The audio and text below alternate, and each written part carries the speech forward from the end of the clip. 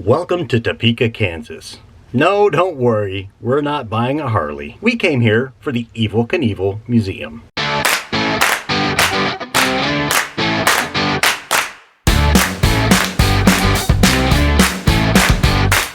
My brother-in-law Darren, Danette's brother, used to dress up in a motorcycle helmet and cape. If you ask Darren to this day, who's your idol? Evel Knievel. Robert Knievel was born on October 17th of 1938 in Butte, Montana. At age 8, he went to see the Joey Chitwood Auto Daredevil show. That was when he knew performing stunts was what he wanted to do. Knievel chose his nickname after spending the night in jail in 1956 after being arrested for reckless driving. According to his website, in the jail the same night was a man named William Knievel, who had the nickname Awful Knievel. This led to Robert Knievel being known forevermore as Evel Knievel. Later in life, EK moved his family to Moses Lake, Washington, where he opened up a motorcycle dealership. Can you guess which brand of motorcycles he sold? If you said Harley Davidson, surprise, you're wrong. It was a Honda dealership. EK eventually closed his Honda dealership and worked for Don Pomeroy at his motorcycle shop. Don's son Jim was into motocross. Jim taught EK how to ride a wheelie while standing on the seat of a motorcycle. EK was slowly becoming known as a daredevil, performing multiple stunts including jumping 15 cars in March of 1967 at Ascot Park in Gardena, California.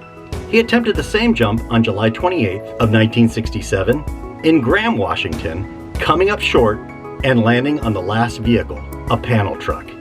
EK was thrown from his bike and suffered a serious concussion. Once recovered, 1 month later, he returned to Graham to complete the jump, again, coming up short. This time, he broke his right knee, left wrist, and 2 ribs.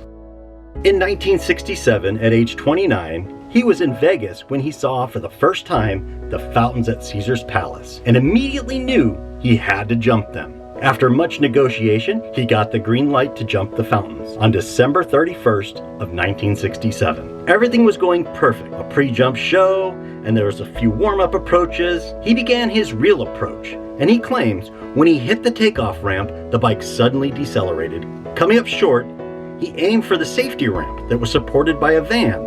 Losing grip of the handlebars, he tumbled over them into the pavement as he skid across the Dunes parking lot. The Caesar's Palace crash was the longest attempted motorcycle jump in history at 141 feet. As a result of the crash, he suffered from a crushed pelvis, fracture to his hip, wrists, and both ankles, as well as a concussion. That failed attempt made Evel Knievel more popular than ever. With that newfound fame, Evel became a major advocate and preached anti-drug messages to children and adults before performing every stunt.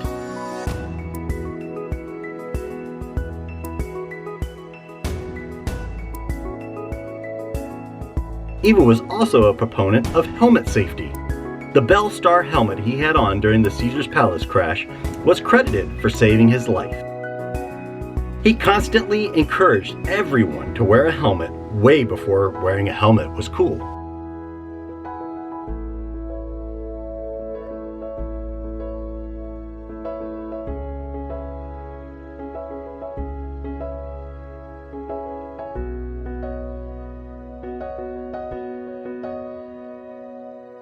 In the 1970s, Evel began merchandising his name and likeness. Ideal Toys made the famed Evel Knievel stunt cycle along with many other toys. There were also Halloween masks and outfits. I'll admit, I owned one too when I was a kid. There were lunch boxes, pinball machines, slot machines.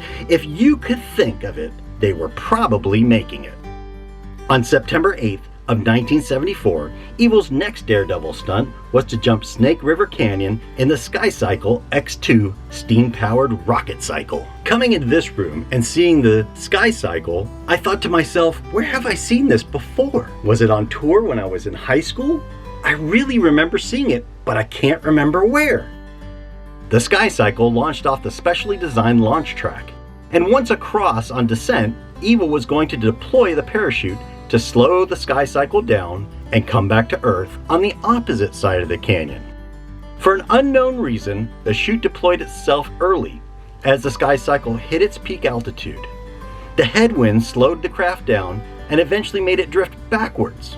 By the time it had landed on the canyon floor, it was just a few feet from the river flowing below. Had it landed in the water, Evel would most likely have drowned because of a harness malfunction that failed to release him from his seat. He walked away with a few bumps and bruises.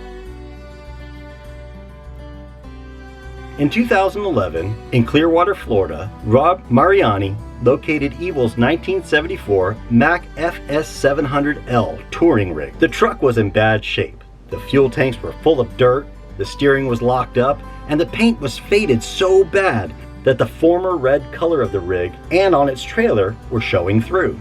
From 2012 to 2015, and many organizations and enthusiasts later, the rig and the trailer were fully restored.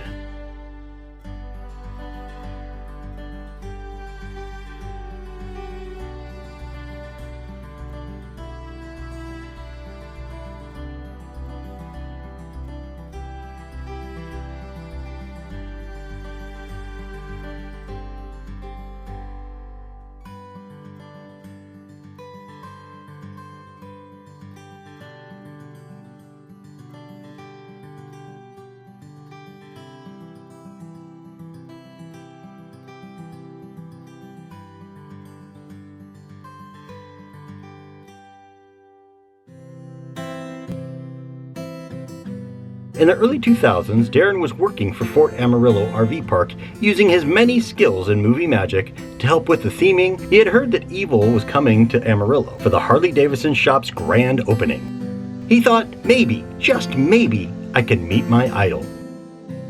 A few days before the event, he was walking the RV park and noticed a really nice Class A RV that had just arrived. On the back of the RV was 2 letters, no bigger than your average cell phone, EK. Darren's jaw hit the ground and his heart began to pound in his chest. Holy bleep! Evel Knievel is at this RV park. Darren spent many years working in visual effects in Hollywood. He worked on many movies like Independence Day, Men in Black, What Lies Beneath, etc. So he's a professional when it comes to being around various people of talent. So Darren respected EK's privacy. He didn't run up to the door of his rig and knock on it like a little kid or your average superfan would do. Now that's not to say that Darren would ever had the opportunity to go back to the shop for tools or materials. He didn't take the most direct route. I'm sure he passed by EK's RV every time, just hoping for the chance to see his idol in the flesh. The next day, and many miles past EK's RV in a golf cart, and there he was. Outside with his assistant Rob, Darren skid to a stop, jumped out of his golf cart and said, "Good morning, gentlemen. I hope all's well with your stay so far." Rob and Evel said the usual that one would expect. "Great, wonderful." Darren extended his hand to Rob, who was close to him, and said, "How you doing? Darren Rouse." The two shook hands and he moved on to Evel and said, "Mr. Knievel, Darren Rouse. A pleasure to meet you, sir."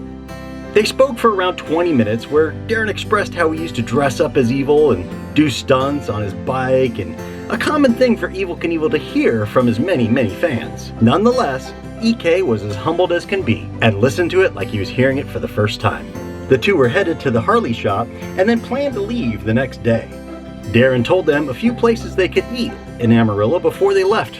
And EK said, "Darren, you'll have to join us tonight and show us where to eat." Darren said, "Well, hell yeah." The three shook hands again and parted ways. Darren was on cloud 9. Not only has he met his idol, but tonight he gets to take him and Rob out to eat? That's just the icing on the cake. As luck would have it, in true Evel Knievel fashion, EK slid on some gravel while riding a Harley for the event and, you guessed it, broke a bone. That plan for dinner was out the window, and so was Rob and EK's departure the next day. His departure was delayed a month. With 2 of those weeks, EK was in the hospital. Rob brought Darren by the hospital to visit with EK. Within that month, a few beers later and a ton of BSing, Darren and EK became friends. They would call each other from time to time to catch up and naturally BS some more. I recall being in the room one time when Darren called EK to wish him a happy birthday or happy New Year's, I can't recall. And I could hear EK answer the phone with not a hello, but a "How the hell are you, Darren?" I can say I was always a little jealous that Darren got to meet his idol and even become friends with him. After all, my idol is Walt Disney, and he passed well before I was born. In 2007, Darren and his wife Linda had moved to St. Augustine, Florida, and had planned to visit EK in Clearwater, where he lived. Sadly, on November 30th of 2007, before they were able to see him, Evel Knievel passed away at age 69. He had been suffering from diabetes and idiopathic pulmonary fibrosis. I was driving when word came over the radio, and I called my brother-in-law immediately. He had not heard the news yet and was heartbroken. To this day, when he speaks of EK, a tear or two will fall from his eyes. Matter of fact, as he's watching this video for the first time, I'm going to have to give him some tissue. Darren is one of the lucky ones. 99.9% of people never get to meet their idol, let alone become friends with them. Darren would tell you that EK was one of the nicest people he'd ever met, and that EK was a give you the shirt off his back kind of guy, and that it was an honor and a privilege to have been a part of his life. In making this episode, it has been an honor and privilege for Danette and I as well, because aside from Darren being the occasional pain in the rear end, he too is a give the shirt off his back kind of guy. He has been there for me, Danette, our daughter Athena, and for all his family and friends. I am married into this clan, and despite us not being brothers by blood, we are brothers by heart. Happy birthday, Darren. Danette, Athena, and I thank you for always being there, and we love you. Oh, and by the way, I remembered where I saw EK's SkyCycle X2. It wasn't on tour while I was in high school. When EK was in the hospital in Amarillo, Darren called me and asked if I could help him and Rob load up some of the items that were on display at the Harley-Davidson store. It is there where we loaded up picture boards, jumpsuit displays, and yes, Evel Knievel SkyCycle. That's right, boys and girls, I helped move that famous piece of Daredevil history into a cargo trailer.